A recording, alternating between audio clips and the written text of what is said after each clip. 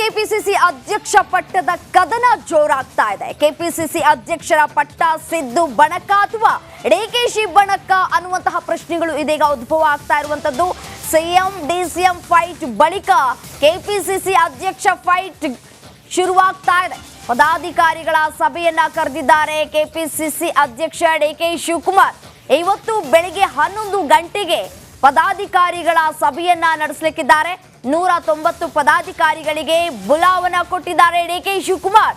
ಪದಾಧಿಕಾರಿಗಳ ಸಭೆಯ ಬಳಿಕ ಡಿಕೆಶಿ ಸುದ್ದಿಗೋಷ್ಠಿಯನ್ನ ಕರೆದಿದ್ದಾರೆ.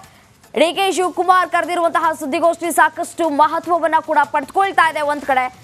ಒಂದ್ ಕಡೆ ಪದಾಧಿಕಾರಿಗಳ ಸಭೆಯನ್ನ ಕೂಡ ಕರೆದಿದ್ದಾರೆ ಡಿಕೆ ಶಿವಕುಮಾರ್.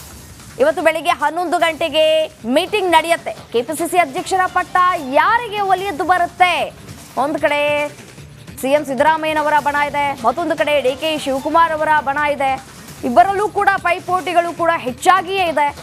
ಈ ಹಿನ್ನೆಲೆಯಲ್ಲಿ ಇವತ್ತು ಡಿಕೆ ಶಿವಕುಮಾರ್ ಅವರ ನೇತೃತ್ವದಲ್ಲಿ ಮಹತ್ವದ ಸಭೆ ನಡೆಯುತ್ತೆ. ಈ ಒಂದು ಸಭೆಯಲ್ಲಿ 190 ಪದಾಧಿಕಾರಿಗಳು ಹಾಜರಿರಲಿದ್ದಾರಾ ಹಾಗಾದರೆ ಅನ್ನುವಂತಹ ಪ್ರಶ್ನೆಗಳು ಕೂಡ ಇಲ್ಲಿ ಉದ್ಭವ ಆಗ್ತಾ ಇರುವಂತದ್ದು.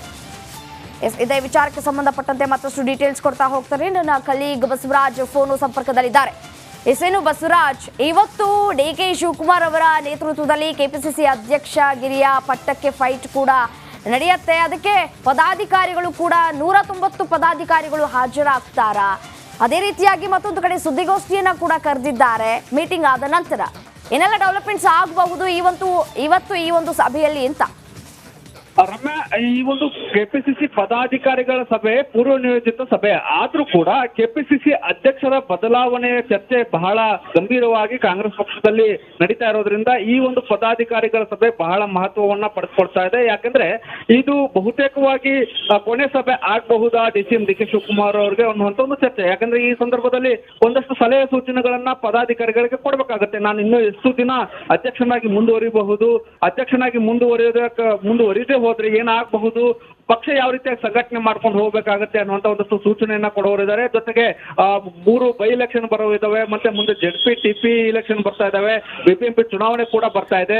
ಆ ಎಲ್ಲಾ ಚುನಾವಣೆಗೆ ಯಾವ ರೀತಿಯಾಗಿ ಸನ್ನದ್ಧ ಆಗ್ಬೇಕು ಅನ್ನುವಂತ ಒಂದಷ್ಟು ಸೂಚನೆಗಳನ್ನ ಡಿಸಿಎಂ ಡಿಕೆ ಶಿವಕುಮಾರ್ ಅವರು ಕೊಡೋರಿದ್ದಾರೆ. ಜೊತೆಗೆ ಈ ಒಂದು ಸಭೆ ಏನಿದೆ ಬಹಳ ಮಹತ್ವವನ್ನ ಯಾಕೆ ಪಡೆದುಕೊಳ್ಳುತ್ತೆ ಅನ್ನೋದಾದ್ರೆ, ಇದು ಕೆಪಿಸಿಸಿ ಅಧ್ಯಕ್ಷರ ಬದಲಾವಣೆ ಚರ್ಚೆ ನಡೀತಾ ಇದೆಯಲ್ಲ, ಈ ಸಂದರ್ಭದಲ್ಲಿ ಯಾವ ಸೂಚನೆಯನ್ನ ಕೊಡ್ತಾರೆ ಅನ್ನುವಂಥದ್ದು, ನಾನೇ ಮುಂದುವರಿತೇನಾ ಅಥವಾ ಇಷ್ಟಕ್ಕೆ ನಂದು ಅವಧಿ ಮುಕ್ತಾಯ ಆಗ್ತಾ ಇದೆ ಅನ್ನುವಂಥ ಒಂದು ಏನಾದ್ರು ಸೂಚನೆ ಸಲಹೆ ಸೂಚನೆಯನ್ನ ಕೊಟ್ಟಿದ್ದೇ ಆದಲ್ಲಿ ಈ ಒಂದು ಕಾಂಗ್ರೆಸ್ ಪಕ್ಷದ ಮೇಲೆ ಸಾಕಷ್ಟು ಪರಿಣಾಮಗಳನ್ನ ಬೀರುತ್ತೆ.